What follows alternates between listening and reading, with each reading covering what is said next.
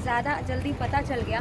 इन लोगों ने 16 तारीख को मेरे को घर से खींच के पूरी फैमिली, पूरे जिहादी लोगों ने मेरे को हमला किया। जब तक मैं बेहोश नहीं, मेरे सांसें जब तक नहीं रुक पाई तब तक इन लोगों ने मुझे मारते रहा। ड्रेस एंड ऑल, और ये मुझे काफ़ी समय तक डराता रहा, धमकाता रहा, वीडियोस वायरल करना, ये वो सारी स्टोरीज़, मुझे ब्लैकमेल करता रहा, मुझसे हमेशा समय समय पे पैसे लेता रहा।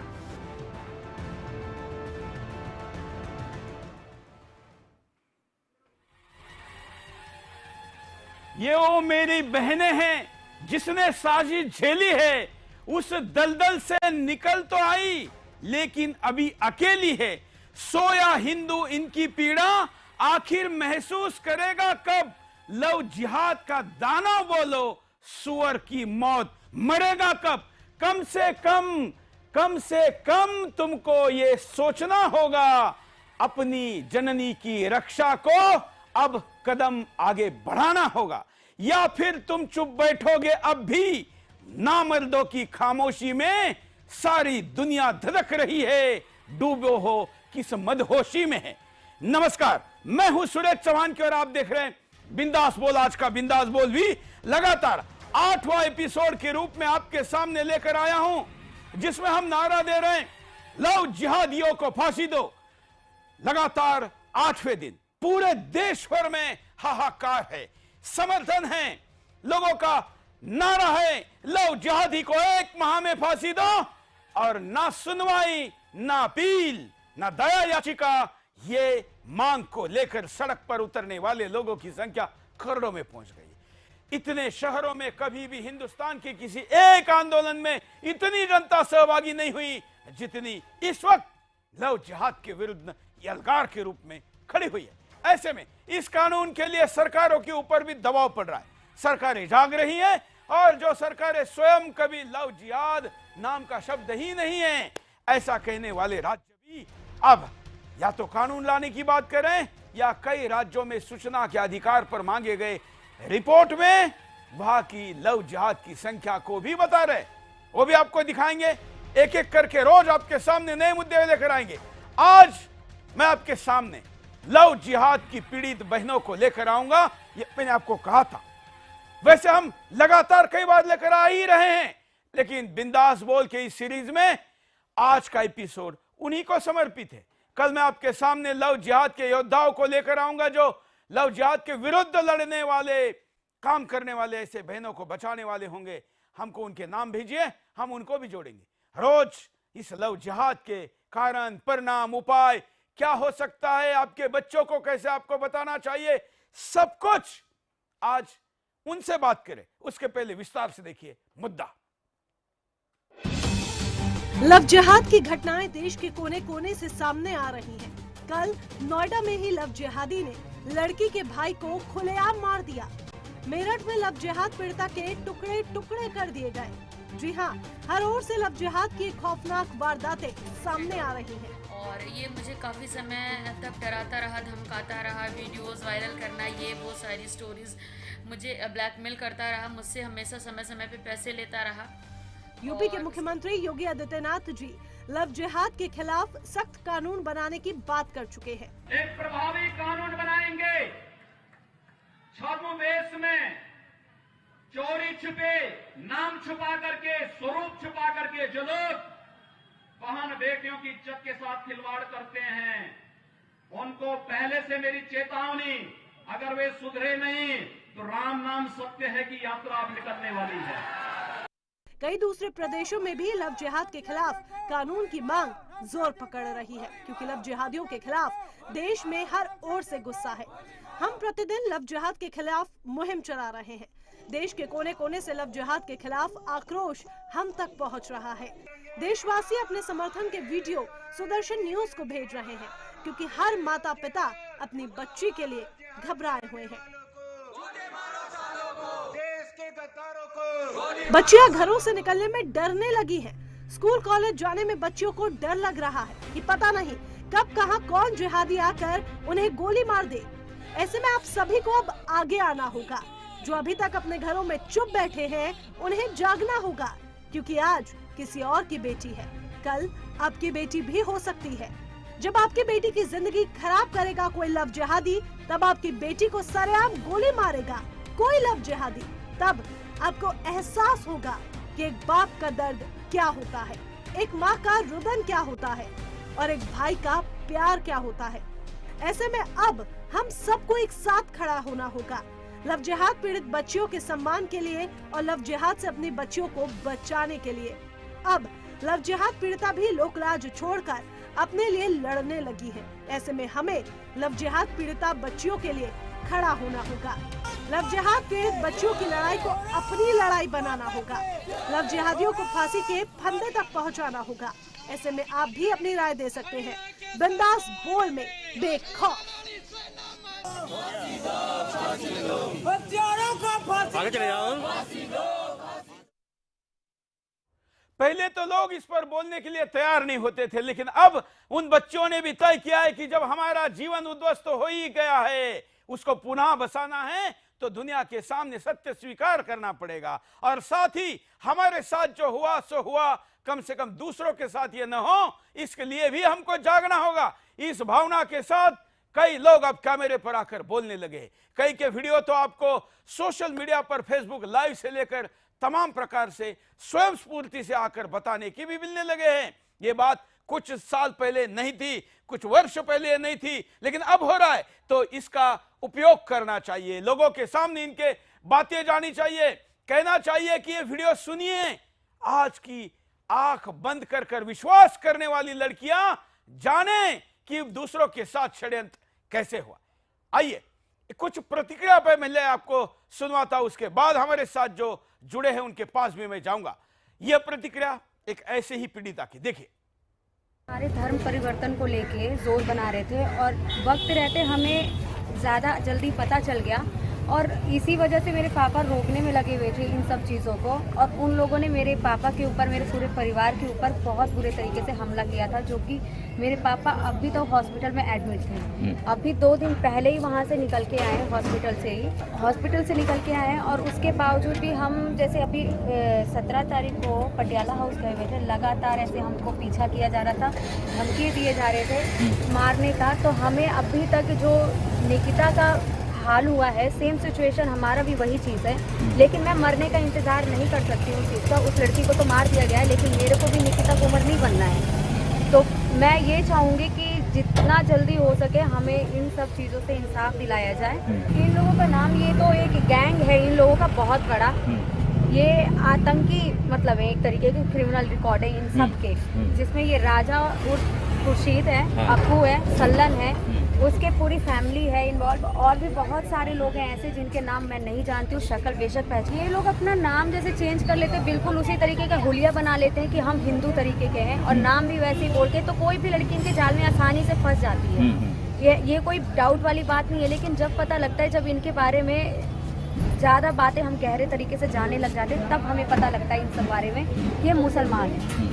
फिर उसके बाद अगर हम हटना वहाँ से शुरू कर दें, फैमिली वाले को पता लगता है कि ये लड़का तुम्हारे लिए सही नहीं है, इससे दूरी बना के रखो, फिर भी वो लोग हमारे पीछे पड़ जाते हैं इतने बुरे तरीके से कि हालात यहाँ तक आ जाती है कि उनको मार के ही दम लेंगे ये लोग। मैं ये 13 अक्टूबर की बात है। पहले तो मेरे को घर से पहले खींच के छेड़खानी करने की कोशिश की, फिर उसके बाद मैंने इनके खिलाफ कंप्लेन किया। तो इन लोगों ने 16 तारीख को मेरे को घर से खींच के पूरी फैमिली, पूरे जिहादी लोगों ने मेरे को हमला किया। जब तक मैं बेहोश नहीं, मेरे साल से जब तक नहीं रुक पाई तब तक इन लोगों ने मुझे मारते रहा। जबकि यहाँ पे CCTV कैमरा है, उसको भी ये लोग मतलब कंफर्म नहीं कर पाते। पुलिस वाले ओखला फेस 1 के जो थाने के लोग खुद इन लोगों से मिले हुए जिहादी लोगों से। और हम आजकल इसी के दौरान मतलब इन लोगों हम लोगों के ऊपर छेड़खानी कर, हमारे धर्म परिवर्तन को लेके। इतना ही नहीं, और भी कई बाइट है और उनको भी कुछ कहना है, हमको भी सुनना चाहिए, क्योंकि जब तक दूसरे का दुख सुनेंगे नहीं तब तक हम अपने लोगों को कैसे समझाएंगे। और इसलिए ये कुछ प्रतिक्रिया मैंने आपके सामने दिखाई है। आपने देखा होगा एक पैटर्न है, आपने देखा होगा कि एक जैसी शैली है, आपने देखा होगा एक जैसा षड्यंत्र है। मानव को कहीं से प्रशिक्षण दिया जा रहा है, मानव की कहीं से बताया जा रहा है कि तुमको क्या करना है, कैसे करना है। क्यों हिंदुस्तान ही नहीं, विदेश से लेकर कई देशों तक एक ही शैली में यह हो रहा है। इसी को षड्यंत्र कहते हैं, इसी को सिविल वॉर कहते हैं और इसी के लिए धर्म युद्ध की तरह मानकर इसको हमारी बहनों को, माताओं को, भगिनियों को लेकर जाकर बर्बाद करने की वासना और पाशवी बल उनमें आता है। हमारे साथ एक पीड़िता जुड़ी हुई है, मैं उनके पास चलता हूं। हमने उनका नाम बदला है क्योंकि हम चाहते हैं कि उनके साथ, हमारे साथ अभी 3 पीड़िता जुड़ी हुई है। उनमें से आराधना, उसके साथ साथ मेघना और अनामिका, ये सब सांकेतिक नाम हैं जो कि हमने इस शो के लिए रखे हुए हैं। वैसे हम चाहेंगे कि इनको आप नाम बदलने की आवश्यकता ना पड़े। मेरे पास ऐसे भी फोन आ रहे हैं इन युवाओं के जिन्होंने कहा कि लव जिहाद की पीड़िता, क्योंकि वो पीड़िता हैं इसलिए हम उनसे शादी करना चाहते हैं। ऐसे युवाओं के फोन आए हैं। हम आने वाले दिनों में इनका एक दूसरे को परिचय करवाने का भी काम करेंगे, क्योंकि तभी वापस आने या ऐसे पीड़ित लोगों को आगे आने का और संभल मिलेगा। हमारे साथ अनामिका जुड़ी हुई है, उनके पास चलते हैं। अनामिका, आप अपनी कहानी बताइए। हिंदुस्तान जाने और आज की मॉडर्न लड़कियां जाने, साथ में उनको पता चले कि वास्तव में बोलने वाला क्या है और प्रत्यक्ष जीवन में होता क्या है। अनामिका।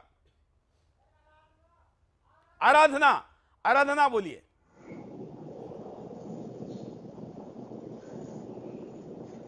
आराधना, क्या आपको आवाज सुनाई दे रही है?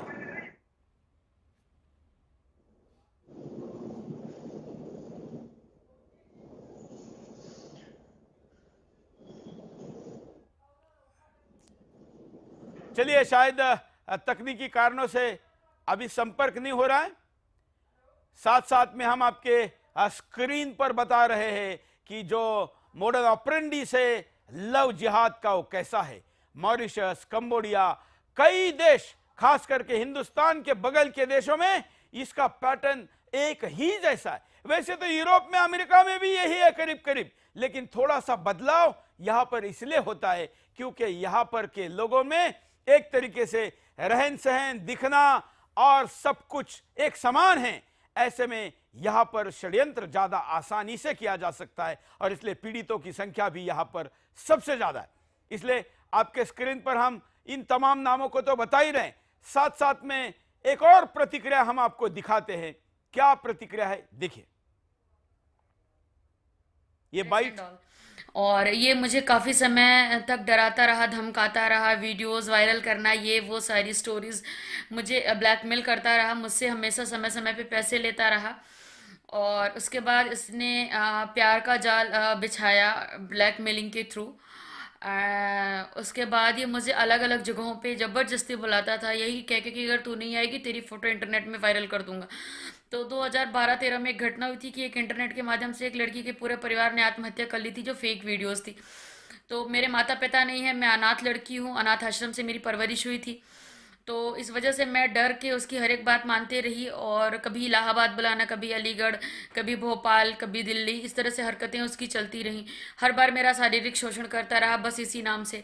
2017 में मुझे कश्मीर बुलाया, वहाँ पर अपने परिवार वालों से मिलाया और उसके बाद 2019 में उसने टिकट भेजकर मुझे मेरे से शादी के लिए मुझे अपने घर बुलाया।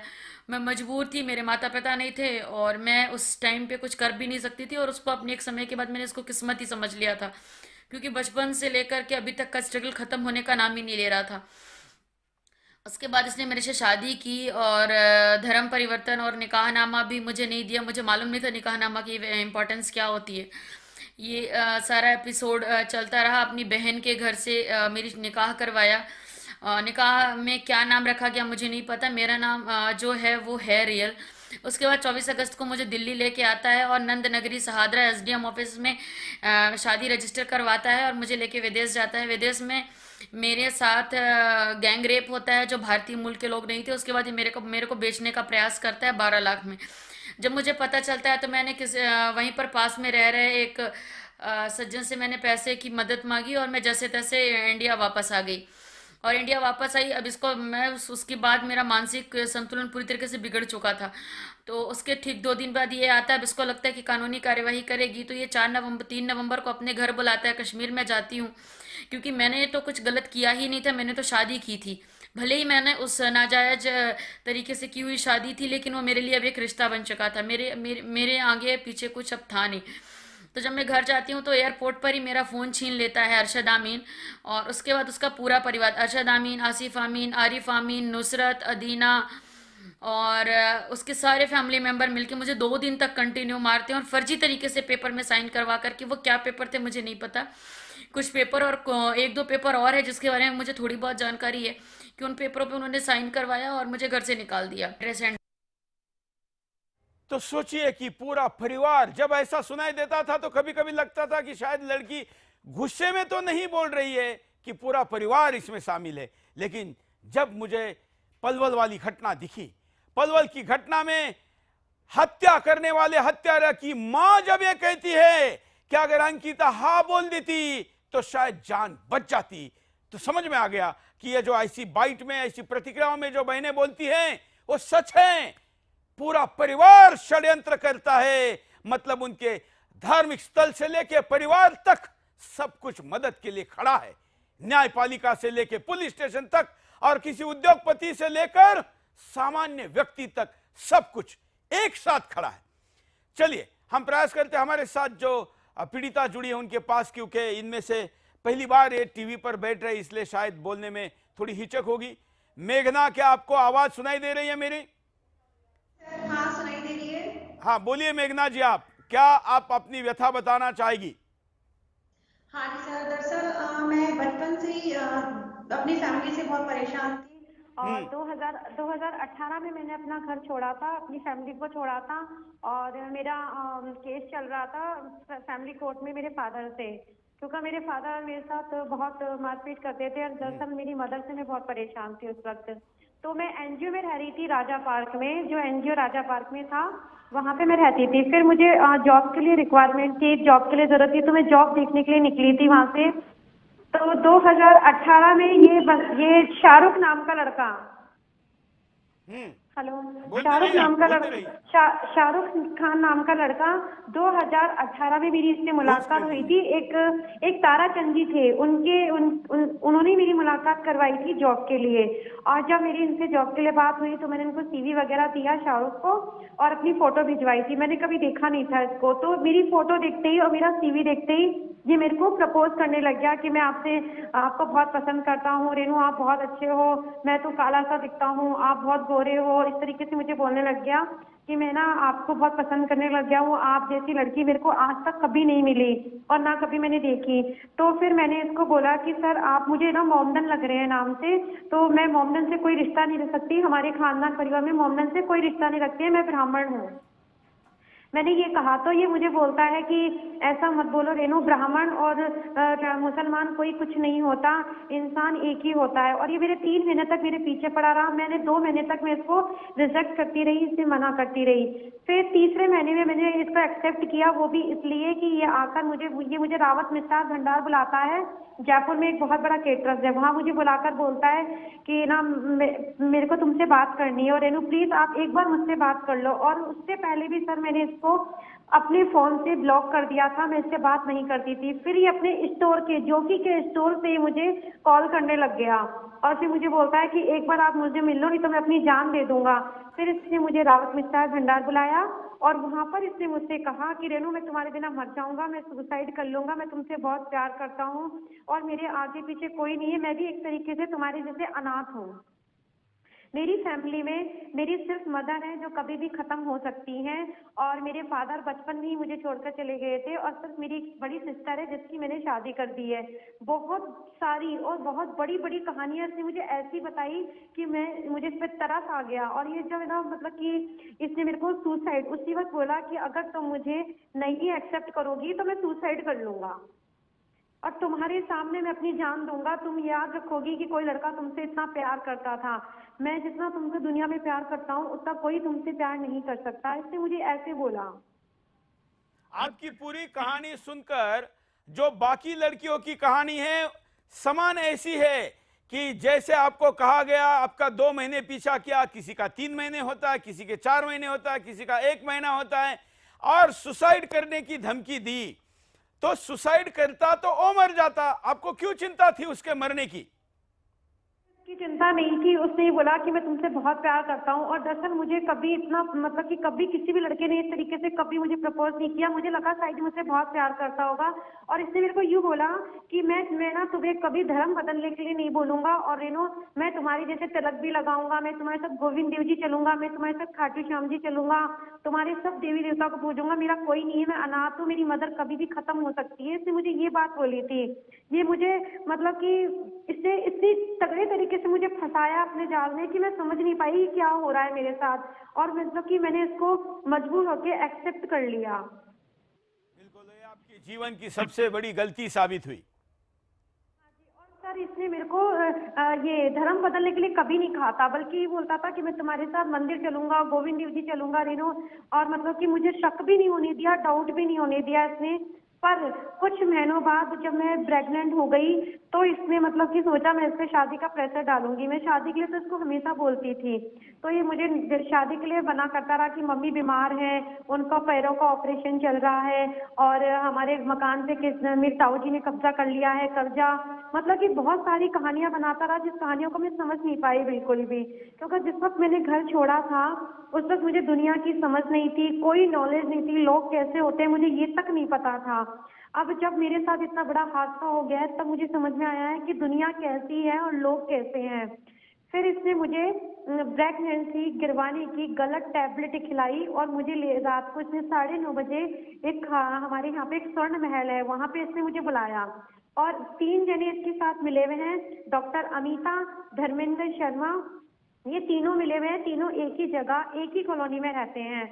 और इसने मुझे वहाँ बुला के टैबलेट दी, उस टैबलेट पे मुझे नाम तक नहीं पढ़ने दिया, मुझे बोला कि तुम्हें ये जो वीकनेस हो रही है प्रेगनेंसी की वजह से ये ठीक हो जाएगी और तुम ये टैबलेट ले लो। मुझे वो टैबलेट देके पानी की बोतल लाके फिर उसके बाद ये तीनों गए, और फिर अचानक से मेरी तबीयत बिगड़ने लग गई, मुझे बहुत भयंकर मेरी बीपी लो हो गया, ब्लीडिंग होने लग गई, और मेरी जब मरने वाली हालत हो गई तो इसने मतलब कि मुझे कहीं भी नहीं दिखाया, किसी डॉक्टर के पास नहीं गया। मैं 10 दिन तक तो तड़पती रही अपने रूम पे, मैंने मेरी फ्रेंड को भी बताया। फिर ये कुछ 10 दिन के बाद ये मुझे लेकर गया डॉक्टर अमिता के पास, वहाँ पे इसने मेरी डीएनसी वगैरह सब करवा दी, और जब मैंने डॉक्टर ने से रिकॉर्ड मांगा, वो जो रिकॉर्ड होता है जो भी मैंने इस पे एफआईआर दर्ज करने के लिए, तो डॉक्टर ने मुझे नहीं दिया, और ये तीनों मिले हुए हैं। और जब लास्ट में मैंने एफआईआर दर्ज करने की सोची, जब मैं इसके घर पे गई, इसका घर पता करके किसी से, मुझे एक व्यक्ति ने बता दिया था इसका घर वहाँ है, इसकी फैमिली को जाके बताओ। मैं इसके घर पहुंची तो इसकी फैमिली ने मेरे से मारपीट करी, इसकी बीच वाली सिस्टर ने मारपीट करी, और मुझे मेरे घर वालों को मरवाने की धमकी दी इसकी भैया और भाभी ने, कि अगर तुम थाने जाओगी तो हम तुम्हारे घर में, हमारी जाति के लोग तुम्हारे घर वालों को खत्म करवा देंगे। तो मैं बहुत ज़्यादा उलझन में पड़ गई कि अब मैं क्या करूं, मैं एफआईआर दर्ज कराऊं या नहीं कराऊं, क्योंकि मैं नहीं चाहती कि मेरी सज़ा मेरे घर वाले भुगतें या मेरे वजह से मेरे घर वालों को कुछ हो जाए, क्योंकि मेरे फादर हार्ट के पेशेंट हैं, उनको हार्ट अटैक आ चुका है, और मेरी फैमिली में मैं 2 भाइयों से सबसे बड़ी हूँ।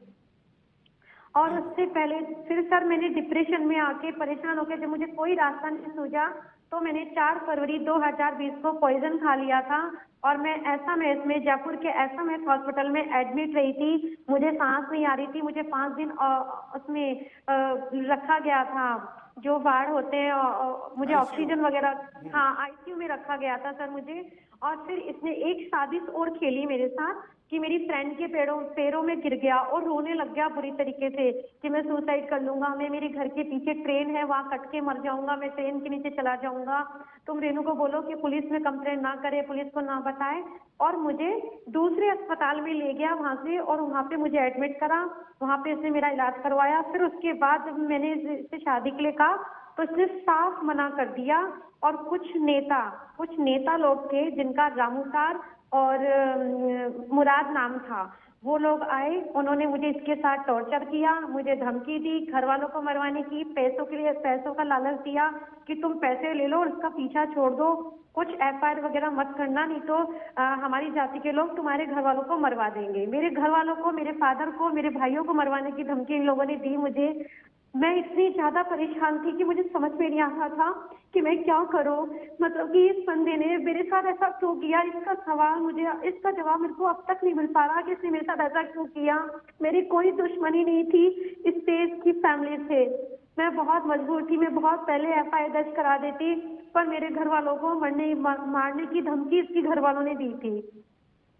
आपकी व्यथा सुनकर बहुत दुख हुआ। आपकी जैसी समझदार और आपकी आवाज में कॉन्फिडेंस है, आप लड़ने के लिए तैयार है। इतनी समझदार लड़की का अगर यह हाल हो और इतनी बड़े शहरों में रहने वाली का हो, तो सोचिए क्या होता होगा जहां पर लव जिहाद के षड्यंत्र की सच्चाई पहुंची नहीं है। आराधना हमारे साथ है। आराधना, क्या आपको आवाज सुनाई दे रहा है? जी सर। हेलो। हाँ आराधना जी, आप भी अपनी बात कहिए, फिर मैं कॉलर को लूंगा, ये लोग आपसे बात करेंगे और हम हिंदुस्तान को बताएंगे कि क्या षड्यंत्र होता है। आराधना, आप बोलना शुरू करिए। जी सर। जी सर, 2019 में मोहम्मद उमर नाम का लड़का मेरे पीछे पड़ा था। मैं जहाँ पे भी जाती थी वो मेरे पीछे आता था और हमेशा बोलता था कि मुझे आपसे दोस्ती करनी है। तो मैंने कहा सॉरी, मुझे आपसे दोस्ती नहीं करने की है। तो उसने कहा मैंने आपको एक मॉल में देखा था, जब से आप मुझे अच्छे लगने लगे, मुझे आपसे दोस्ती करने, अगर आपने मुझसे दोस्ती नहीं की तो मैं सुसाइड कर लूंगा और चिट्ठी पे आपका नाम लिख के जाऊंगा। तो मैं वहाँ से घबरा गई। घबरा जाने के बाद में उसने कहीं 4-5 दिनों बाद मेरा नंबर ढूंढ के मुझे कॉल किया। तो बोले आप मुझसे मैसेज करना चालू किया, बात करना चालू किया। मैंने कहा भैया आप मुझे कॉल मत कीजिए, मुझे आपसे कोई बात नहीं करनी। तो कहा कि नहीं मैं ऐसा ब्लैकमेल कर करके कि मैं सुसाइड कर दूंगा, नोट पे आपका नाम, किसी पे आपका नाम लिख के जाऊंगा। उस टाइम मेरे मम्मी का बाईपास का ऑपरेशन हुआ था, उनको हार्ट अटैक आया था।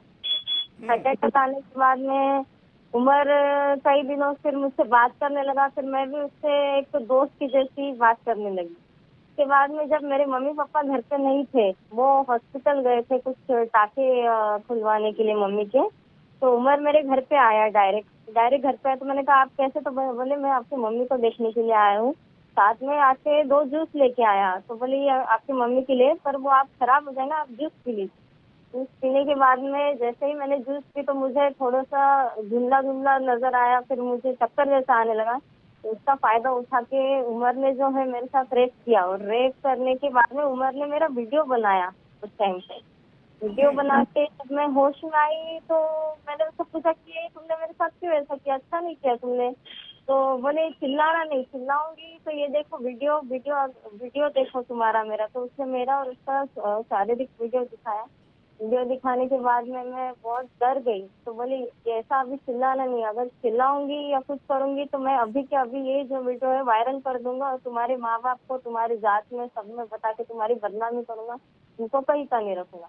के बाद में जैसा बोलता हूँ वैसा ही करना, और तुम्हारा मोबाइल मैंने हैक करके रखा है, अगर तुमने किसी को कुछ बताने की कोशिश की तो उसका अंजाम अच्छा नहीं होगा। उस टाइम मेरी मम्मी का ऑपरेशन भी हुआ था तो मैं चुप रह गई। फिर उमर मुझे हर बार उसके मामा के यहाँ शारीरिक शोषण करने के लिए लेके जाता था। उसका मामा बाहर से, मोहम्मद इस्माइल और मोहम्मद नूर, ये हमेशा बाहर से लॉक लगा देते थे और हम दोनों को अंदर छोड़ देते थे। उमर ने कई बार मुझे वीडियो की धमकी दे दे के मेरा शारीरिक शोषण किया। उसके बाद कई दिनों बाद मैं प्रेग्नेंट रही। प्रेग्नेंट रहने के बाद मैंने उमर को कॉल किया और उसको धमकी दी कि मैं अब प्रेग्नेंट हो चुकी हूँ, मैं इसकी शिकायत अब पुलिस में करूंगी, तुमने मेरे साथ अच्छा नहीं किया। तो उमर ने कहा कि नहीं आप आओ, मैं जो है आपका वीडियो जो है वो डिलीट कर देता हूँ आपके सामने, आप आपके घर के पास आओ। तो मैं घर के पास गई तो मुझे बोले अब गाड़ी पे बैठो, हम कहीं जाके बात करते हैं। तो वो फिर से मुझे उसके मामा के घर पे लेके गया। तो उसके मामा के यहाँ उसका मामा मोहम्मद इस्माइल और मोहम्मद और नूर, ये दोनों वहाँ पे थे। तो उन्होंने बोले कि आप प्रेग्नेंट हो? तो मैंने कहा हाँ। तो बोले किट लेके आए। बोले किट में टेस्ट करा के दिखाओ। किट में टेस्ट करा के दिखाया तो पॉजिटिव हूँ। तो बोले आप क्या करने वाले हो? पुलिस में कंप्लेंट करने वाली हूँ। मैंने कहा हाँ, मुझे पुलिस में वैसे कंप्लेंट करनी नहीं है, आप मेरा वीडियो जो है वो डिलीट कर दो। तो बोलता हूँ, तो बोले हम तीनों के मोबाइल में है। तो मैंने कहा मुझे कोई पुलिस कंप्लेंट करनी नहीं है, आप जो है मेरा वीडियो डिलीट कर दो और मुझे यहाँ से जाने दो। तो बोले नहीं, आप सबसे पहले एक टैबलेट खाओगे। तो मैंने कहा क्यों? तो बोले अगर नहीं खाओगे तो देख लेना। तो मुझे जबरदस्ती मार पीट के मुझे मुंह में टैबलेट खिलाई, 4 टैबलेट मेरे साथ में दी। बोले वीडियो तो डिलीट नहीं होगा, अभी आपको पहले पूरा अबॉर्शन करना पड़ेगा। 4 टैबलेट दी तो बोले ये 2 टैबलेट आपको रोज खाना है, 3 दिन में आपका अबॉर्शन हो जाएगा। और ऐसा अगर नहीं किया तो ये मत समझना कि उमर के पास ही वीडियो है, हम दोनों के पास में भी आपका वीडियो है।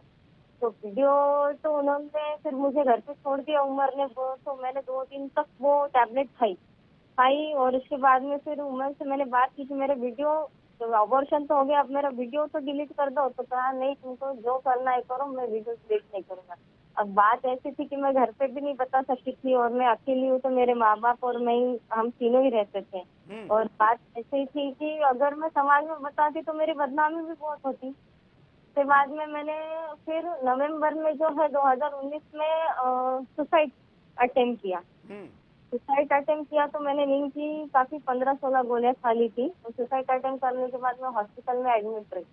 हॉस्पिटल में एडमिट होने के बाद उमर को पता चला कि इसने सुसाइड अटेम्प्ट किया, तो उसने उसके घर वाले वहां भेजे हॉस्पिटल में।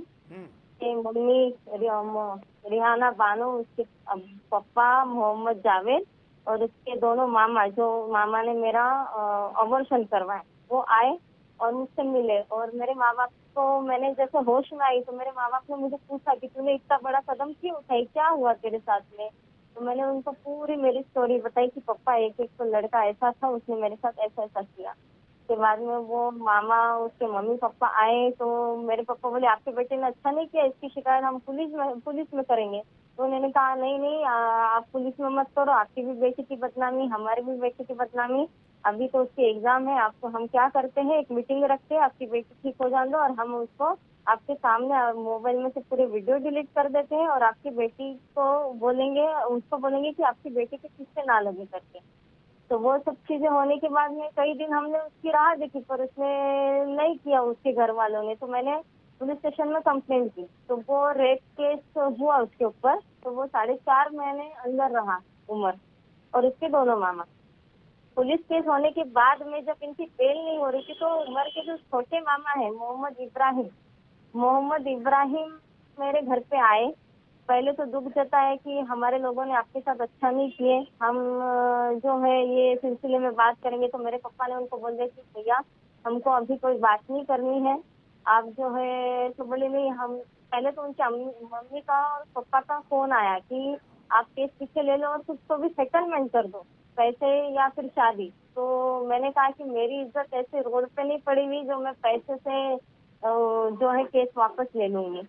तो उसके बाद में फिर उमर के मामा मामी, उमर की मम्मी, उमर के दूसरे मामा, ये सब मेरे घर पे आए। फिर पहले तो बहुत अच्छे से बात की कि भाई हमारे लोगों ने जो किया वो अच्छा नहीं किया, उनको उनकी सजा मिलनी चाहिए थी, पर अभी आप जो है उमर को माफ कर दो, आप धर्म परिवर्तन कर लो, उमर से शादी कर लो। तो मेरे घर वालों ने साफ इनकार कर दिया, जब हमको शादी करनी नहीं तो हम धर्म परिवर्तन क्यों करेंगे, और हमको शादी करना ही नहीं है, हमको सिर्फ न्याय चाहिए। तो उन्होंने कहा कि नहीं, अगर आप ऐसा नहीं करोगे तो जो उमर के पास मेरा वीडियो था, हमारा जो शारीरिक जो शोषण किया वो जो वीडियो था मेरा उमर का, तो उसके छोटे मामा के पास वो वीडियो था। तो उसके मामा मामी ने मुझे वीडियो दिखाया, बोले अगर आप सोच रहे होंगे तो हमारा कुछ नहीं हो सकता, हम ये वीडियो जो है वायरल कर देंगे और आप तीनों को भी, हम मेरे मम्मी पापा को और मुझे तीनों को जान से मारने की धमकी दिए। आप इसलिए बोल रहा हूँ कि चुपचाप से इस्लाम कबूल कर लीजिए और उमर से शादी कर लीजिए और उनकी केस वापस ले लीजिए। तो हमने ना बोलने के बाद उन्होंने बहुत धमकाए, डराए और बहुत सारे लोग घर पे लेके आए।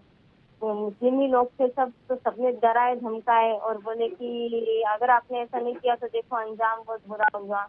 हमारे घर के सब डर गए। तो उसी वक्त उमर के मामा मामी और उनकी मम्मी ने मेरा जो है धर्म परिवर्तन कराया कि मुझे उन्होंने कलमा पढ़ा दी। कलमा पढ़ाने के बाद में, हाँ, कलमा पढ़ाने के बाद में बोले कि अब आपको केस वापस लेनी पड़ेगी, अब कल के कल आप जाके कोर्ट में जो है शादी का एफिडेविट देंगे। अगर आपने ऐसा नहीं किया तो आपका वीडियो तो है और उसके बाद में जो है हमारे लोग आपके ऊपर निगरानी रखे हुए हैं, आप कहाँ जाएंगे, क्या करेंगे, मतलब बहुत ज्यादा उन्होंने धमकी दी, बहुत ज्यादा टॉर्चर किया। और फिर दूसरे दिन हमको कोर्ट में भेजा, मेरे से एफिडेविट करा दिया शादी का और जमा कर दिया। और जहाँ पे भी मेरे पापा जाते थे, जहाँ पे भी 1-2 बार तो मेरे पापा को गाड़ी पे से गिरा भी दिया मुस्लिम के लड़कों ने। कि भाई देखो हमसे बोल नहीं रहे, हम करके भी दिखा सकते थे। उमर के मामा भी मेरे घर पे आते थे, मामी भी मेरे घर पे आते थे। मुझे कलमा पड़ा कि मेरा एफिडेविट जमा करा कि उमर के घर वालों ने, उमर की माँ ने मुझे उमर का जमानत होने से पहले ही उनके पास रखी। वहाँ पे मुझे नमाज सिखाई, रोजे बोले रोजे रखो, नमाज पढ़ो, सब सिखाया, सब किया। फिर उसके बाद में उमर की जमानत होगी। उमर की जमानत होने के बाद फिर मेरा एक धर्म परिवर्तन का एफिडेविट बनाया। एफिडेविट बनाने के बाद में वो एफिडेविट वायरल हुआ। वायरल होने के बाद में मेरी उम्र की शादी करा दी इस्लामिक तरीके से, मुस्लिम तरीके से, कि निकाह कर दिया उमर का और मेरा। निकाह करने के बाद में मम्मी पापा ने बोला कि बहुत बदनामी होगी, अब जैसा है तो उसको एक्सेप्ट करके जो है अभी रहे अच्छे से अब उन लोगों के साथ में, पर अभी हमसे कोई कांटेक्ट नहीं रखना। क्योंकि परिवर्तन का जो एफिडेविट वायरल हुआ था उस कारण जो है सब लोगों ने मम्मी पापा का बोला था कि आपकी बेटी अब यहाँ पे दिखनी नहीं चाहिए। पर मेरे मम्मी पापा ने उनको ये नहीं बोला कि हम कौन से प्रेशर में, क्योंकि मैं उनके कब्जे में थी। अगर वो ऐसा लेकिन जब आप प्रेशर में थी, आपके घर इतने कठमुल्ले आके धमका रहे थे, तब आपने समाज में किसी से मदद नहीं मांगी क्या? नहीं मांगी सर, क्योंकि नहीं मांगने नहीं दी। उन्होंने तुरंत मुझे कलमा पढ़ा के एफिडेविट लिखा के उन्होंने डायरेक्ट मुझे जो है उनके घर पे लेके चले गए। और माँ बाप भी मांगते तो उन्होंने ये बोला ना कि आपकी बेटी जो है वो हमारे पास है। मुझे उन लोगों ने 1.5 महीना वहाँ पे रखा, शादी होने से पहले 1.5 महीना तक वहाँ पे रखा। नमाज रोजे सब सिखाए, कैसे नमाज पढ़ते, क्या पढ़ते, सब सिखाए। लॉकडाउन की वजह से उम्र की जमानत नहीं हो रही थी, वो 4.5 महीने बाद जेल से बाहर निकला। उसके बाद में मेरा निकाह कर दिया उसके साथ में। निकाह करने के बाद में 4 इस पूरी प्रक्रिया में आप पुलिस स्टेशन भी गई थी, आपने केस भी की थी, तो पुलिस का क्या रवैया रहा? नहीं, उस टाइम पुलिस का रवैया बहुत अच्छा रहा, क्योंकि पुलिस ने बहुत अच्छे से उस टाइम एक्शन थोड़ी लिया। ऊंची आवाज में बोलिए। हाँ, पुलिस का रवैया बहुत अच्छा रहा। पुलिस ने बहुत जल्दी एक्शन भी लिया और बहुत अच्छा पुलिस का रवैया रहा उस टाइम पे। जब शादी होने के बाद में मैं उमर के घर पे गई तो उन लोगों ने 4 दिन तो मुझे अच्छा रखा। 4 दिन के बाद उमर के मामा मामी जिन्होंने मेरा धर्म परिवर्तन कराया था वो आए और एक मुस्लिम आदमी को साथ में लेके आए। मुस्लिम आदमी को साथ में लेके आए और मुझे बोले कि आज जो है बोले आपको ये आदमी के साथ में आपको जो है मतलब मैं बोल भी नहीं सकती, मतलब समझ गए। ये आदमी के साथ आपको ऐसा ऐसा गलत काम करना पड़ेगा। तो मैंने कहा आपने जैसा जैसा बोले ये आप मेरे से ये चीज मत करवाओ, आप कैसे बात कर रहे हो, ये क्यों करवा रहे हो आप मेरे साथ में? तो बोले नहीं, हमने उससे 15,000 रुपए ली है, आपको वो आदमी के साथ में आज की रात उमर ही समझना पड़ेगा वो आदमी को। मैंने जब मना की तो उमर की माँ ने मुझे इतना मारा और बोले कि तुझे अब तू अब हिंदू धर्म में नहीं रही और तेरा धर्म तुझे नहीं पूजने वाला, पूछेगा भी नहीं। और माँ बाप तो बोले हमको पता है तेरे माँ बाप कहाँ रहते हैं क्या है, और तू एक लौती औलाद है और तेरी माँ जो है बाईपास की पेशेंट है, तेरे पप्पा जी भी बुजुर्ग है, तो कैसा क्या करना है तो हमको पता है। तो मजबूरी में मुझे वो आदमी के साथ एक रात गुजारनी पड़ी। फिर उसके बाद में दूसरे तीसरे दिन उसके चारों मामा मोहम्मद इब्राहिम, मोहम्मद इस्माइल, मोहम्मद अहमद, मोहम्मद नूर और ये लोग आए। इन्होंने मुझे दूसरे दिन भी बहुत मारे और मेरे जो भी जेवरात थी, जो भी थोड़ा बहुत सोना था वो ले लिए मुझसे और बोले तुझे केस करने का बहुत शौक था ना हमारे ऊपर, उसका अंजाम ये होगा, हम जैसे बोलेंगे तुझे वैसे ही करना पड़ेगा। और मामा ने भी टाइम जैसे उनकी इच्छा होती थी तो वो भी मेरे साथ में गैंग रेप करते रहे। और ऐसे लोग जो है ये लोग तो मेरे पास में इतनी बार लाए उन लोगों ने, कभी उमर के यहाँ तो कभी उसके मामा के यहाँ पे, उसके मामा के यहाँ पे भी उन लोग लाते थे क्लाइंट और वो पैसे लेते थे और मुझे उनके साथ में जबरदस्ती ये सब करवाते थे। उस टाइम पे मेरे मम्मी ये कितने समय तक चला सब कुछ? ये 2 से 2.5 महीने तक चला सर। और माँ बाप को मैं कुछ बोल नहीं सकती थी क्योंकि मैं उनके कब्जे में थी, मैं कहीं जा नहीं सकती थी। 4 लोगों के बीच में एक अकेली मुस्लिम एरिया था, पूरा अकेली रहती थी। मुझे कहीं आने जाने की परमिशन नहीं थी, कुछ नहीं थी, ना मैं किसी को कुछ बोलती थी। बस माँ बाप का फोन आया तो वो पूछते थे तो ठीक है ना, तो मैं बस रोती थी और कुछ नहीं बोलती थी। उन लोगों को भी मैंने कभी कुछ बताया नहीं, वहाँ पे कुछ नहीं बताया। उसके बाद में इन लोगों ने हम हर टाइम कम से कम 8 से 10 लोगों के साथ ऐसा करवाया मुझसे। उनके मामा ने भी जब भी उनका मन चाहे मेरे साथ तो सब शारीरिक शोषण करते तो रहे। ये जब आपका शारीरिक शोषण इतने सारे लोग करते थे तो उस घर की महिलाओं को भी ये सब पता होता था? घर की महिला ही तो पैसा लेती थी ना, और जब मैं नहीं बोलती थी तो उमर की माँ मुझे मारती थी और उमर भी मारता था। उमर खुद उसके दोस्त भी लेके आता था, और जब मैंने उसके दोस्त के लिए नहीं बोलती थी तो मुझसे चाकू से वार करता था, मुझे मारता था, इतना मारता था, बोलता था क्या कर लेंगी, तूने जो करना था कर ली ना। उसका अंजाम ये है, पैसे मंगवाता था मम्मी पापा से, मेरी गाड़ी मोबाइल सब मंगवाता था।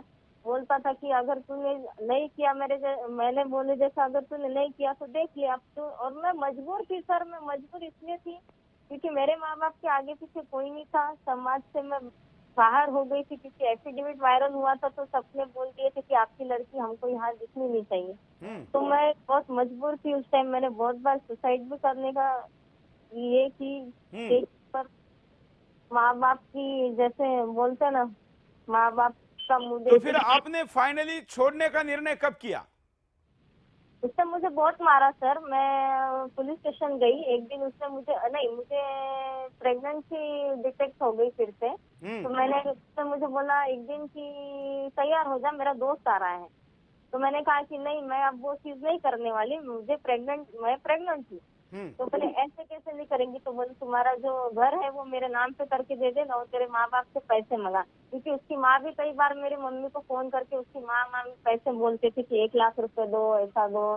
जब मेरी मम्मी ने उनको बोल दिया कि हमारे पास जितने पैसे नहीं है, तो उन लोगों ने मुझे ये लाइन पे लगा दिए।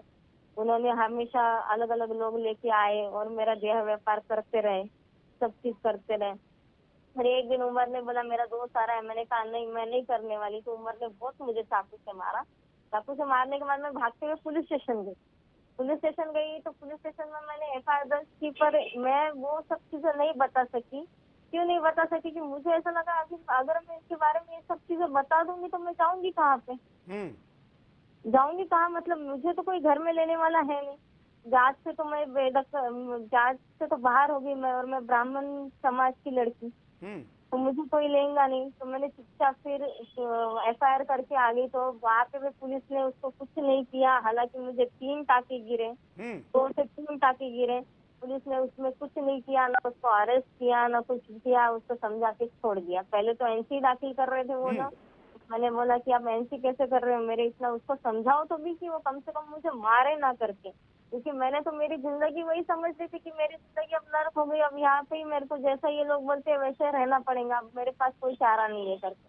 तो फिर उसके बाद उमर घर पे नहीं आया, तो फिर मेरे मम्मी पापा का फोन आया कि क्या हुआ, कैसा तू अकेली है। मैंने कहा मम्मी पापा, तो रो रही थी। तो फिर मेरे पापा बोले कि हम तुझे चुपचाप से घर पे लेके आते हैं।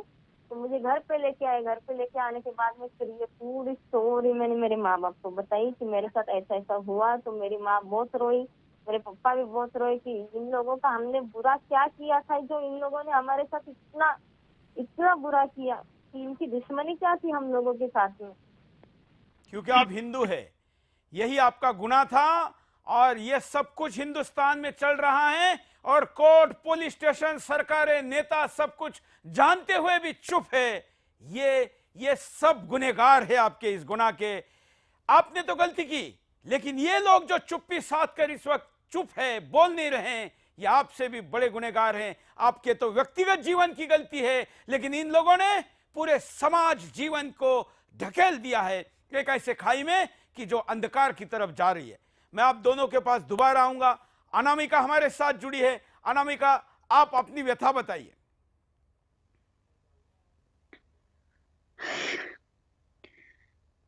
सर, मेरे साथ जो हुआ वो ये था कि मेरे माता पिता नहीं थे। तो मेरी आवाज आ रही है क्या सही? बिल्कुल आ रही है, आप बोलिए। तो मेरे माता पिता नहीं थे तो मेरी पूरी परवरिश जो थी वो एक अनाथ आश्रम से और लोगों की मदद से हुई। और उसके बाद जैसे तैसे हमारे जीवन में अपने आगे बढ़ रहे थे और बढ़े थे। उसके बाद 2014 की बात है, अप्रैल में एक राजा प्रिंस, उसके 4 नाम है, राजा, प्रिंस, यासिर जान और अरशद आमीन। मुझे फोन आया प्रिंस नाम से, और उसने नॉर्मली पहले बात की, हमको नहीं समझ में आया क्योंकि हम कहीं पे छोटी सी नौकरी करते थे, तो हमने उसके नंबर को ब्लॉक कर दिया। हमने उसका नंबर काफी टाइम तक ब्लॉक रखा, पर क्या होता था कि अलग अलग नंबरों से आता था तो उठाना पड़ता था मुझको। तो मैंने वो बार भी मैंने कई बार नंबर ब्लॉक किए। फिर मेरे केस में ये था सर कि मेरी सारी जानकारी उसके पास पहले से थी। इवन उसके पास मेरे कॉलेज की वो फोटोग्राफ थी जो मेरे पास नहीं थी। अब कैसे थी मुझे नहीं पता। तो उसके बाद उसने फेसबुक पर रिक्वेस्ट भेजी, हमने देख के भी इग्नोर किया क्योंकि हम उस समय ऑपरेट नहीं करते थे। तो ये हमारा ले दे के कम से कम 1 महीने के आसपास का समय निकल गया, इग्नोर इग्नोर इग्नोर। उसके बाद उसने कहा कि तुम फेसबुक से वो मुझे अनब्लॉक से हटाओ वरना तुम परेशान हो जाओगी। मैंने कहा क्या बात है, आपको क्या बात करनी है? बोले नहीं, बस आप पहले हटाइए, उसके बाद हम बात करेंगे। ठीक है, हमने बात की, उसने अपने बारे में बताया, हाँ उसने हमारे बारे में पूछा तो हमने अपने बारे में बहुत कम ही बताया और सब ठीक ही था। उसके बाद हमारी कोई बातचीत इतनी नहीं होती थी। फिर फेसबुक के थ्रू हमारी उससे बात होने लगी क्योंकि वो एक मजबूरी थी। उसने ये कहा कि हम आपकी इंटरनेट पे ऐसी ऐसी फोटो वायरल करेंगे ना कि आप जीने के लायक नहीं बचेंगी। तो मैंने उससे पूछा आपके पास मेरी कौन सी फोटोग्राफ है, वो आप मुझे दिखाइए, क्योंकि मैंने ऐसा कोई काम या ऐसे किसी चीज में मैं मतलब शामिल नहीं हूँ कि मुझे डर रहेगा। तो उसके बाद कहा कि आपने भी कुछ दिन पहले सुना है ना कि एक लड़की की पूरे परिवार ने आत्महत्या कर ली दिल्ली में, सुसाइड किया पूरी फैमिली में, उसके इंटरनेट पे गलत फोटो वायरल हुई। मैंने कहा हाँ मैंने ये सारी स्टोरी सुनी है। उसने कहा बस आप उससे आगे मैं आपसे कुछ नहीं कहूंगा। मैं उससे बात करने लगी, लेकिन मेरे लाइफ में ऐसा था कि अगर वो कहेगा उठ तो उठना है, अगर वो कहेगा बैठ जा तो मुझे बैठ जाना है। इस कदर से उसने मुझे डरा धमका के रखा। ये सब सिलसिला चलता गया, बीच में पैसों का लेन देन, मैं चोरी करूं, मैं कमाऊं, किसी से उधारी लूं, लेकिन मुझे उसको पैसा देना ही है अगर मुझे जीना है तो। ये सब रहा। उसके बाद हमारी 1 साल बाद उसने मुझे जब मैं दिल्ली जा रही थी किसी काम से, तो उसने मुझे अलीगढ़ में ही रोका। बोला रुक रही है कि नहीं।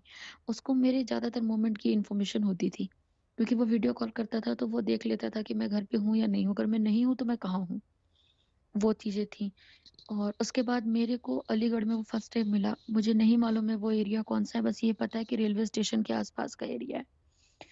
तो अलीगढ़ में क्या हुआ, वो मुझे वहां पे लेके गया और हम भी काफी थके हुए थे उस वक्त। तो उसने मुझे बोला आप चाय पी लीजिए, तो मैंने चाय पी ली, लेकिन मैंने चाय बाहर ही पी, किसी मतलब रूम या किसी इधर नहीं, हमने किसी ढाबे वाबे में पी।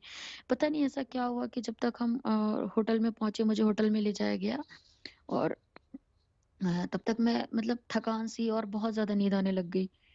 मैं सो गई। जब मैं सो करके उठी तो मैंने देखा कि मेरे में बहुत ज्यादा चेंजेस थे। मैंने उसके बारे में उससे पूछा, उसने कहा नहीं ऐसा कुछ नहीं है। मैंने फिर उसको कहा, मैंने कहा ऐसा नहीं हो सकता क्योंकि आज मेरी ये एज है और मुझे पता है ये हो गया। उसके बाद मैं फिर वहां से एग्जिट हुई, किसी तरह निकली और मैं आई और मैं समझ ही नहीं पा रही थी कि मुझे क्या करना चाहिए।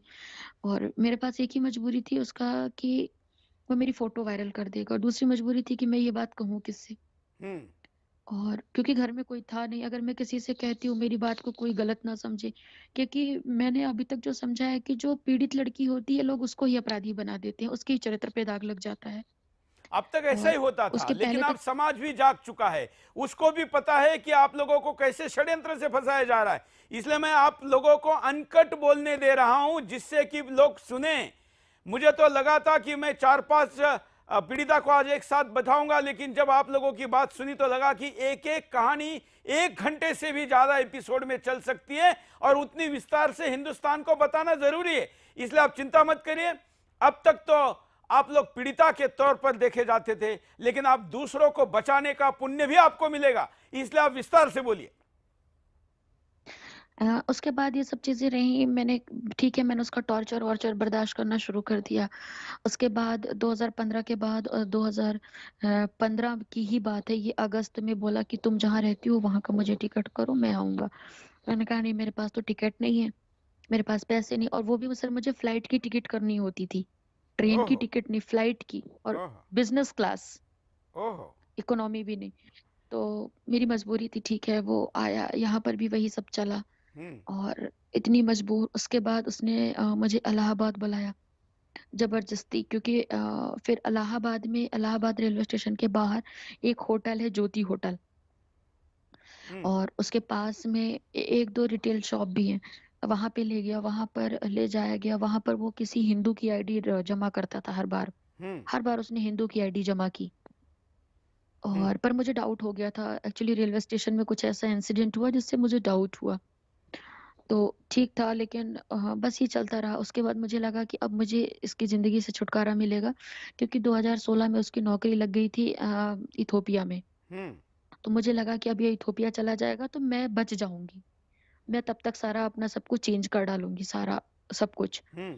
तो उसके बाद हमने सर, हम अपने घर ना आकर के हमने सीधा रेलवे स्टेशन के पास जो एक पुलिस स्टेशन था, हम वहां पे गए इलाहाबाद में।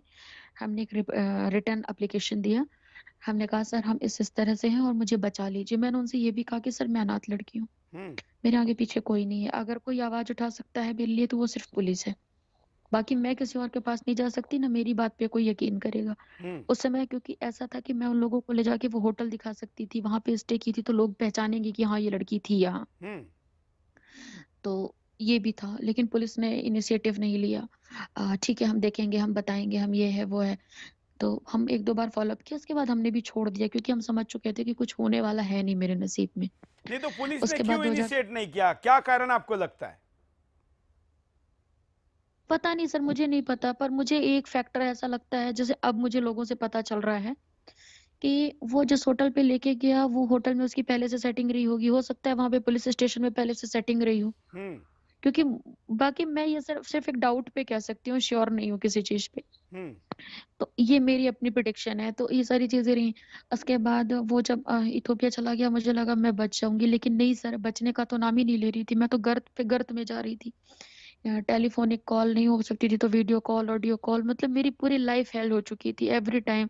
यही एक ही ये था धमकी कि मैं इंटरनेट पे वायरल करूंगा, तेरे को बदनाम कर दूंगा, जीने लायक नहीं छोड़ूंगा। और सर मैं जीना चाहती थी, क्योंकि मैंने बचपन से इतना स्ट्रगल देखा था कि मैं मरना नहीं चाहती थी। मैं सोचती थी जिंदगी जो भी मिली है मैं इसको पूरा जी के जाऊंगी, दुनिया पूरी देख के जाऊंगी, एक ये था। तो उसके बाद 2017 की बात है, 2017 फरवरी में, ये जनवरी में आया इथोपिया से। तो फरवरी में, जब जनवरी एंड फर्स्ट वीक ऑफ फरवरी में मुझे अपने घर जबरदस्ती श्रीनगर बुलाया, श्रीनगर। और एक चीज है कि ये लड़का AMU का स्टूडेंट रहा है, अलीगढ़ मुस्लिम विश्वविद्यालय का, और वहां पर ये एज ए गेस्ट फैकल्टी नौकरी भी किया है। तो उसके बाद मुझे जबरदस्ती वहां बुलाया गया और मैं गई। वहां पर काफी ठंड थी उस टाइम। तो उस टाइम पे इसके घर वाले, इसकी 2 भाइयां 2 भाभियां सब आए मेरे से मिलने, और लेकिन उन्होंने शादी के बारे में बात नहीं की। उन्होंने जनरल एक इंट्रोडक्शन जो होता है वो हुआ, बस खत्म, और चले गए। मैंने उसको कहा कि नेक्स्ट डे तुम अपने भाइयों को बुलाओ, मेरे को बात करना। तो उसने कहा मेरी भाभी बीमार है, भाई नहीं आ सकते, क्योंकि मैं चाहती थी कि जो हमारे साथ हो रहा है एटलीस्ट मैं किसी से तो शेयर करूं, एटलीस्ट इसी के घर वालों से करूं। लेकिन नहीं नहीं, फिर हम आ गए। हम जैसे ही दिल्ली एयरपोर्ट आए, हमने उसको इंस्टेंटली कॉल किया। हमने कहा कि मैं तुमसे शादी नहीं कर सकती। तो उसने कहा तुम मुझसे प्यार करते हो? मैंने कहा देखो मैं मेंटली प्रिपेयर ही नहीं हूँ शादी वादी के लिए फिलहाल, एट टाइम बिल्कुल प्रिपेयर नहीं हूँ, और नहीं है। तो फिर उसने कहा तुमको पता चल गया है ना कुछ दिन पहले कि मैं मुस्लिम हो सकता है, इसलिए तुमने ऐसा क्यों? मैंने कहा बात यहाँ पर हिंदू मुस्लिम की है ही नहीं, मुझे करना ही नहीं है। फिर उसने कहा कि अगर मैं मुस्लिम हूँ तो तुम्हें क्या प्रॉब्लम है? मैं तो, मेरे मुंह से एक बार गलती से निकला कि मुस्लिमों के मुंह पे मैं थूक देती हूँ। मुझे ये लोगों का ना रहन सहन पसंद आता, ना कपड़े, और कुछ भी नहीं, इनका कोई सिस्टम ठीक नहीं है। तो उसने मुझे मारा, बोला तुम ऐसे कैसे बोल सकती हो, मुसलमान ही एक ऐसा होता है जो औरत की इज्जत करता है। मैंने कहा होंगे लोग, लेकिन मुझे जो पता है, जो मैंने देखा है, उसमें मैं कंफर्टेबल जोन नहीं फील करती हूँ इनके साथ किसी भी तरह के रिलेशन के लिए। तो हो गया, ये सब बातें रही। 17 बीता, 18 बीता, लेकिन सर इन सब टाइमों पे हर 6 महीने पे मेरा रेप होता था, क्योंकि हर 6 महीने में ये आता था इंडिया, हर 6 महीने में मुझे बुलाता था, और मेरी मजबूरी थी जाना, और मेरा रेप होता था। और उसमें खास बात थी कि बस हर मुलाकात में बस मुझे पैसे देने होते थे, चाहे मैं खुद को बेचूं, अपनी हड्डियां बेच दूं, लेकिन चाहिए, मतलब चाहिए वाला मीनिंग था यहाँ। ठीक है, ये सब भी रहा। मैं तो उसको अपनी किस्मत मान चुकी थी, क्योंकि जब पुलिस ने उस समय इनिशिएटिव नहीं लिया तो मुझे यकीन ही नहीं था कि अब कहीं कुछ होगा। तो आपने अपने दोस्तों से या किसी जानने वाले से इस बारे में कोई शेयर किया? हाँ मैंने शेयर किया। तो लोगों ने कहा कि तुम्हारी ये सारी गलती है। मैंने कहा कि आप एक एक रिकॉर्डिंग देख लो, एक एक चैटिंग मेरी देख लो, उसकी चैटिंग पढ़ लो, मेरी चैटिंग पढ़ लो, आप देखो कि आपको लगता है कि मैं कहाँ गलत हूँ। तो लोगों ने कहा कि ऐसी कैसी किसी का हाथ कोई पकड़ लेगा, ऐसी किसी के साथ कुछ गलत हो जाएगा। मैंने कहा कि आप, मैं तो आज भी कहती हूँ कि मेरी एक एक चैटिंग पढ़ी जाए 2014 से, कि उसने क्या कहा, मैंने क्या कहा। हर बार मैंने हर एक बात को डिनाई किया, और हर बार उसकी धमकी। तो चलता ही गया। फिर मैंने बड़ी हिम्मत करके एक से कहा, तो उन्होंने कहा क्या फर्क पड़ता है, अगर अच्छा खासा कमाता है तो मना, तो तुमसे कौन शादी करेगा, कर लो, तुम भी पढ़ी लिखी हो, तुम भी कमाती हो, वो भी कमाता है, अच्छा खासा कमाता है, क्या हिंदू क्या मुसलमान, जीने खाने के लिए पैसा चाहिए। तो मैंने कहा बात सही है, हिंदू मुसलमान से फर्क नहीं पड़ता, लेकिन अगर मैं मानसिक रूप से तैयार नहीं हूँ उस जवाबदारी के लिए तो मैं कैसे हाँ कर दूं, क्योंकि मैं वो रिश्ता नहीं निभा पाऊंगी। तो फिर उन्होंने भी बहुत समझाया, तो फिर मैंने कहा ठीक है फिर, क्योंकि मेरा ऐसा नसीब बन चुका था वो, मैंने एक्सेप्ट कर लिया था कि यही मेरी तकदीर है, क्योंकि जब लोग कह रहे हैं कि मैं ही गलत हूँ और दूसरा इंसान कह रहा है, मैं जिनसे भी शेयर करती हूँ एक्सपीरियंस लोग हैं, अच्छे खासे पोस्ट पे हैं, वो कहते हैं रैशनली बात करो, रिलीजियसली बात करने वाले लोग फूल होते हैं, आप रैशनली रहिए। तो ये उसके बाद 2019 की बात है, 2019 में वो यहाँ हिंदुस्तान आया और 17 फरवरी को सॉरी 17 जुलाई को उसने मेरे से शादी की। 17 जुलाई को शादी किया। शादी भी मुझे नहीं, अब इस्लामी मुझे पद्धति से वो हुई? चीज बिल्कुल बिल्कुल सर, निकाह हुआ हमारा। तो हमें नहीं पता था कि निकाहनामे पे लड़की का भी हक होता है, क्योंकि हमें उस ट्रेडिशन के बारे में उतना नहीं पता था। तो मुझे तो ये भी नहीं मालूम कि निकाहनामे में मेरा क्या नाम लिखा गया है, ना मेरी सिग्नेचर है ना कुछ है। उसके बाद ये बड़ा शातिर इंसान था, जब इसको पैसा चाहिए होता था तो ये कैश लेगा, लेकिन अगर मैं कहूँ और इसे देना पड़ गया इन केस, तो ये अकाउंट में ट्रांसफर करे। आज सर ऐसा हो गया है कि ऐसा दिख रहा है कि मैंने उसको लूटा, उसने तो कुछ किया ही नहीं। आज तो वो एकदम बिल्कुल पाक साफ बना हुआ है। तो अभी आपके रिश्ते का स्टेटस क्या है? नहीं कम सर, सब कुछ एवरीथिंग इज फिनिश, कुछ भी नहीं बचा है। तो आपने कोई कानूनी इसमें मदद मांगी या कई केस कई कुछ हुआ है? हाँ नहीं सर, मैं आ रही हूँ, बस वहीं पे आ रही हूँ। इसके बाद ये मेरे को 24 अगस्त 2019 को मुझे दिल्ली लेके आया, होटल में स्टे करवाया, और वहाँ पे इसका दोस्त आया जिसका नाम मुझे नहीं पता था, बाद में पता चला कि उसका नाम फहीम खान है। वो यूपी मेरठ और कानपुर का रहने वाला है, मेवात मेरठ एक एरिया है वहीं कहीं पे, वहाँ का है। तो वो आया। अब ये क्या था कि फॉर वीजा प्रोसेस एक चाहिए था कि ऑथराइज मैरिज सर्टिफिकेट के बिना आप नहीं जा सकते, वीजा प्रोसेस नहीं होगा। तो इसने नंद नगरी सहादरा, एसडीएम ऑफिस है एक नंद नगरी सहादरा दिल्ली में, तो वहाँ के एसडीएम ऑफिस से मेरा ये मैं कह रही हूँ क्योंकि अब मुझे क्लियर हुआ है कि मेरी शादी फेक तरीके से रजिस्टर कराई गई 60,000 रुपए दे करके, और जिसने शादी रजिस्टर कराई उस एडवोकेट का नाम है भवनेश, नीतू मैडम। तो ठीक है। और सर आपको भी पता है कि लीगल जो स्पेशल हिंदू मैरिज एक्ट में जो शादी होती है, स्पेशल मैरिज एक्ट है, उसमें मिनिमम 45 दिन लगते हैं, ये संवैधानिक तरीका था। लेकिन मेरी 15 मिनट में शादी हुई। तो उसके बाद जब हम एसडीएम साहब के पास गए तो एसडीएम साहब ने कुछ भी नहीं पूछा, बस उन्होंने एक लड़के को बुलाया और वो एक लड़का अंदर बाहर से रजिस्टर लेके आया, उस पर हमारा साइन हो गया। और देखिए इस शादी में जो गवाह बने वो सारे कश्मीरी लड़के थे, सारे कश्मीरी थे, और ये लड़का खुद भी कश्मीरी है। तो ठीक है, ये रहा। फिर वो वीजा प्रोसेस हो गया, हम चले गए। अच्छा ये भी दिल्ली आने से पहले मेरा जो भी गोल्ड था मेरे पैसे का था, मेरी मेहनत की कमाई का था, वो सब इसके पास है, और इसने कुछ नहीं किया मेरा।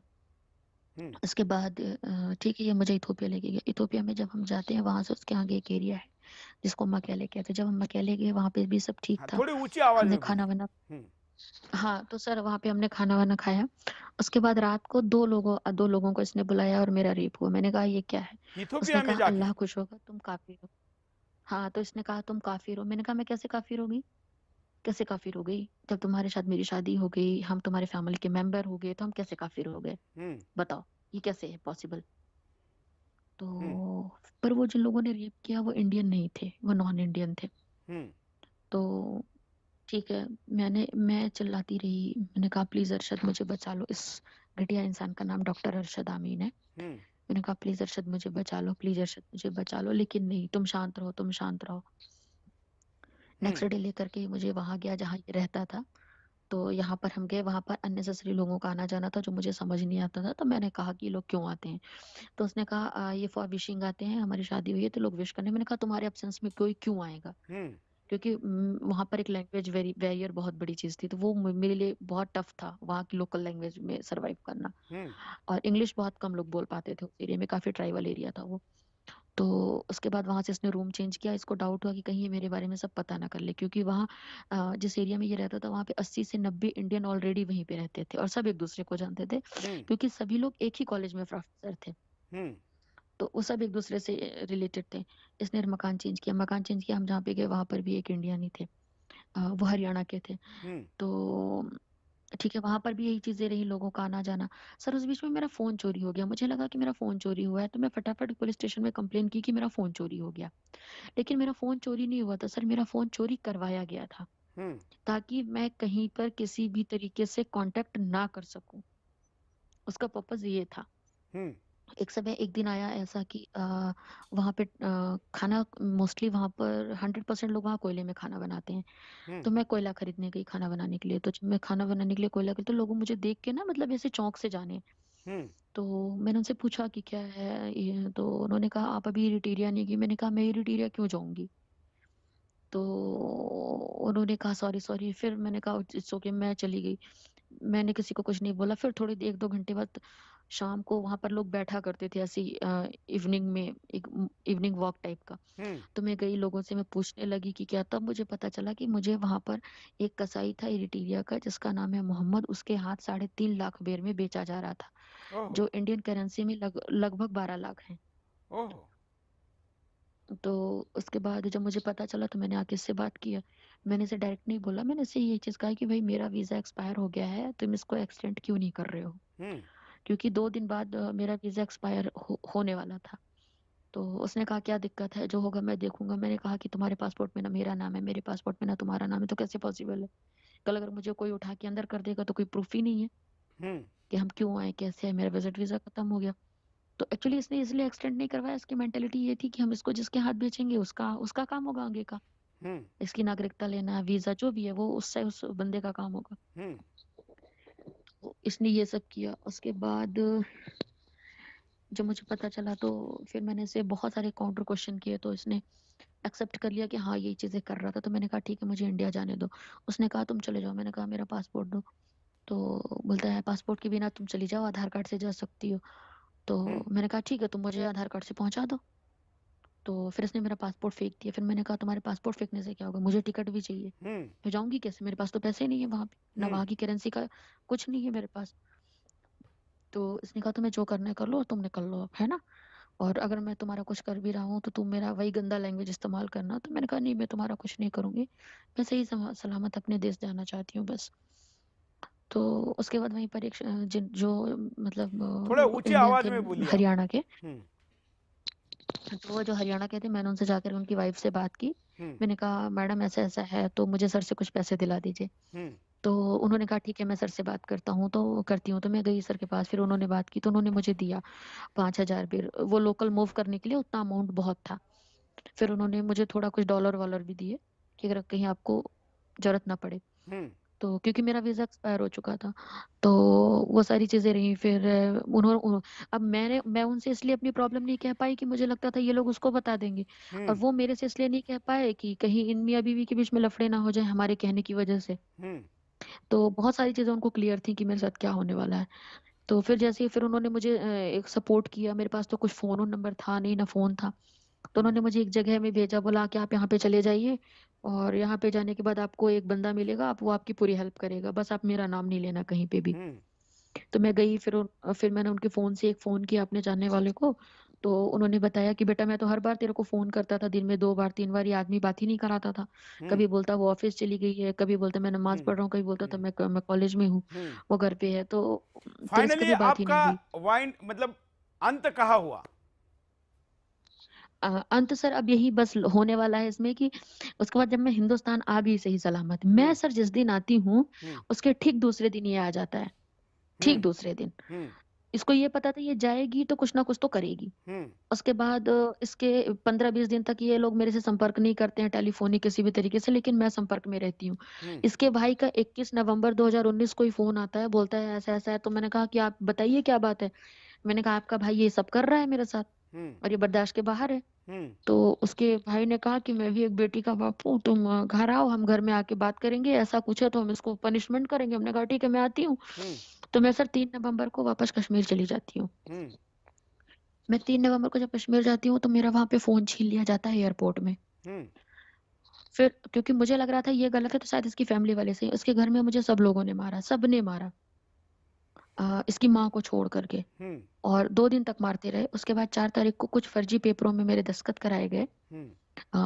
मुझे कोर्ट ले जाया गया, जिसमें उन्होंने म्यूचुअल कंसेंट से कह दिया कि तलाक हो गया, और 10-10 रुपए के स्टैम्प पेपर थे जिसमें मेरी कोई मर्जी नहीं थी।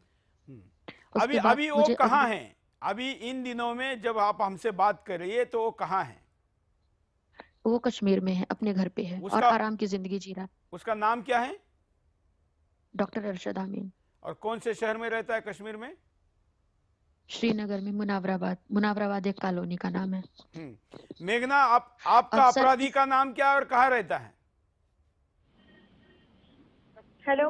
हाँ सर, वो जयपुर में ही रहता है। खातीपुरा एक कॉलोनी का नाम है, कुमावत कॉलोनी 7 नंबर गली में। और उसके साथ 2 मुस्लिम और हैं, वो भी वहीं पे खातीपुरा में उसका नाम रहते क्या हैं। है? उसका नाम क्या है? सर, उसका नाम शाहरुख खान है। बिल्कुल। हमारे साथ आराधना है। आराधना, आपके अपराधी का नाम क्या है और कहाँ रहता है? अपराधी का नाम मोहम्मद उमर है, वो संभाजी नगर औरंगाबाद यहाँ रहता है। ठीक है। आज हम वैसे कार्यक्रम और ज्यादा देर चला चुके हैं, आप लोगों की व्यथा हिंदुस्तान के सामने रखी है। वैसे तो मैं आज कई कॉलर से भी बात कराना चाहता था, लेकिन समय की कमी है। लेकिन आपकी व्यथा सुनकर हिंदुस्तान की लड़कियों को यह समझ में आया होगा कि कोई अगर आपके पीछे पागल की तरह प्यार करने का नाटक कर रहा है तो इसका मतलब उसके पीछे ये षड्यंत्र है। आप तीनों के केस में यह बात ध्यान में आ गई कि आप तीनों को भी ब्लैकमेल कराया गया, और यह भी बात ध्यान में आ गई कि तीनों के परिवार उनके साथ जुड़े हुए थे। इसका मतलब ये किसी एकाध परिवार ही ऐसा गंदा है, ऐसा नहीं। जितने भी लव जिहाद में फंसी हुई लड़कियां हैं उन सब लोगों का ये कॉमन उदाहरण है। अभी मैं आपको सिर्फ एक 20-20 सेकंड में दोनों अपनी अंतिम एक प्रतिक्रिया दीजिए। मैं अनामिका से शुरुआत करता हूं। अभी आप क्या चाहती है? सर, मैं इंसाफ चाहती हूँ। पिछले 1 साल से मैंने कहाँ इंसाफ का मतलब क्या आप मानती है? आप क्या चाहती हैं? फांसी। और अगर इस देश का तंत्र उसको फांसी नहीं दे पाता है तो मैं उसको मार दूंगी। अब आप इसकी गारंटी लीजिए कि आप मेरी कानूनी लड़ाई लड़ेंगे। मेघना, आप क्या चाहती हैं? हेलो। हाँ, आप क्या चाहती हैं? सर, दरअसल मेरे साथ अभी ऐसा हो रहा है कि मुझे कुछ मोमडन लड़के मरवाने की धमकियां दे रहे हैं, जिनके लिए मेरे पास कॉल डिटेल है, कितने बजे उनके कॉल्स आए हैं वो हैं। तो मतलब कि वो बंदा मुझे मतलब कि मरवाना तक चाहता है, वो मेरे साथ ऐसा कर रहा है। अगर उसको कानून सजा नहीं देगा या वो कानून से बच गया तो मैं उसको, उसके पूरे परिवार को, उस डॉक्टरनी को जिसने मेरी पेट में उस बच्चे को मारा, इन सबको मैं खुद खत्म कर दूंगी। बस सिर्फ इंतजार कर रही हूँ कि मेरे हाथ में कोई ऐसी रिवॉल्वर मुझे मिल जाए जिससे मैं सबसे पहले शाहरुख को, उसके परिवार को और उस डॉक्टरनी को, इन तीनों को मैं खत्म कर सकूँ। आराधना, आप क्या चाहती हैं? मुझे तो ऐसा लगता है सर कि मरने के बाद ही न्याय मिलेगा, क्योंकि जब तक पुलिस स्टेशन रिपोर्ट दर्ज कराने गई तो मुझे 2.5 घंटे बैठा के रखा। 2.5 घंटे बैठाने के बाद में पीआई साहब बोलते कि रिपोर्ट दर्ज नहीं होने वाली। सेकंड दिन मुझे कॉल करते हैं कि आपने जो टाइप करके रखा था हम वो बेस पे रिपोर्ट ये FIR दर्ज करने वाले हैं। जब मुझसे दबाव में सिग्नेचर ले लिए, सिग्नेचर लेने के बाद में मैंने देखा तो मैंने 8 आरोपी के नाम डाले तो 8 में से 5 आरोपी के नाम गायब, और 3 पेज की FIR थी तो वो सिर्फ 1.5 पेज पे आ गई। आप चिंता मत करिए, आपके लिए मुझे वहां से फोन भी आए थे, श्याम महाराज और बाकी लोगों के। मैं आप तीनों के लिए स्थानिक जो कार्यकर्ता है वो आपके परिवार या आपके घर के आसपास की बाकी व्यवस्था देखे, इसके लिए व्यवस्था करूंगा। आपके लिए कानूनी लड़ाई जो स्थानिक स्तर पर वकील मिलेंगे वो आपके साथ जुड़वा देंगे, क्योंकि लव जिहाद के इस नेटवर्क के खिलाफ लड़ने का मतलब केवल शो करना नहीं है, टीवी शो करना नहीं है, बल्कि ग्राउंड तक मदद देनी जरूरी है, और हम देंगे भी। आपने अभी जो कुछ ऐसी बातें कही जो कानून के दृष्टिकोण से संवैधानिक या गैर कानूनी है, जिसमें खुद की हत्या से, हाथ से हत्या करना, लेकिन देश का कानून अगर ये व्यवस्था नहीं कर पाता है तो किसी के मन में ऐसा क्यों ना आए। और इसलिए मैं देश के माननीय प्रधानमंत्री नरेंद्र मोदी जी से, देश के सारे राज्यों के मुख्यमंत्रियों से यह प्रार्थना करता हूं कि इन सभी, बल्कि 3 ही नहीं, मैंने तो अब तक हजारों कहानियां सुनी हैं, इन तमाम कहानियों की एक ही आधार है, और वो है धर्म और उसके पीछे है षड्यंत्र। और इसलिए ये एक सामान्य क्राइम नहीं, एक असामान्य गुनाह के तौर पर एक धर्म युद्ध की तरह इसको देखा जाए और 1 माह में फांसी का कानून लाया जाए। नहीं तो ऐसे लोगों को हाथ में शस्त्र लेने पड़ेंगे जिनको अपराधी तय करने के लिए आपका कानून फिर अपर्याप्त है। हम नहीं चाहते कि गैर कानूनी काम हो, लेकिन कोई गैर कानूनी तरीके से अगर किसी का जीवन बर्बाद करता हो और फिर भी इस देश का तंत्र उसको नहीं बचा पाता हो, तो ऐसे कायर और नामर्द तंत्र से अच्छा है कि लोग अपनी मर्दानगी दिखाकर खुद का न्याय करें। मैं तीनों पीड़िता बहनों का आभारी हूं कि आपने टाइम निकाला, उससे भी ज्यादा इसलिए आभारी हूं कि आपने साहस करके अपनी बात को रखा। हमें विश्वास है कि आपकी बात सुन के कई हजार लड़कियों को इस चंगुल से बचने की प्रेरणा मिलेगी। जो गई है, फंसी है, वो वापस आएगी। ऐसे लड़कियों के साथ जो शादी करना चाहते हो, हमको संपर्क करें। ऐसे लोगों का समन्वय करने का भी हम काम करेंगे। यह विकट स्थिति है, इसको सामान्य स्थिति के तौर पर न देखा जाए। कई देशों ने इसको युद्ध माना है। म्यांमार जैसे देश ने इसके लिए विशेष प्रोविजन की है, अपने देश से लाखों रोहिंग्या को भगा दिया है। हिंदुस्तान में तो चूड़ियां पहने मर्दों की बड़ी संख्या है, इसलिए यहाँ के गुनहगारों के साथ समाज कुछ करे, इसकी अपेक्षा रखना बहुत कठिन है। लेकिन जो भी मर्द है तो आगे आए और ऐसे बहनों के मदद के लिए आए, हमारे साथ संपर्क करें। नीचे चल रहे मिस कॉल पर कॉल करें, हम आपको संपर्क करेंगे। हम सब मिलकर इस लड़ाई में विजय होंगे और इस देश को, इस देश की बेटी को, यहाँ के धर्म संस्कृति को बर्बाद करने के लिए तुले हुए ऐसे राक्षसों को भी समाप्त करेंगे। आज के लिए इतना ही, धन्यवाद। जय हिंद।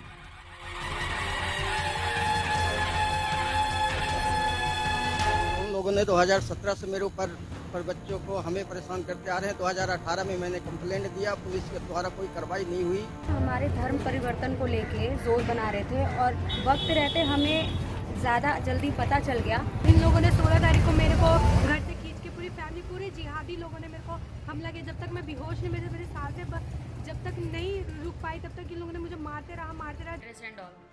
और ये मुझे काफ़ी समय तक डराता रहा, धमकाता रहा, वीडियोस वायरल करना, ये वो सारी स्टोरीज़ मुझे ब्लैकमेल करता रहा, मुझसे हमेशा समय समय पे पैसे लेता रहा।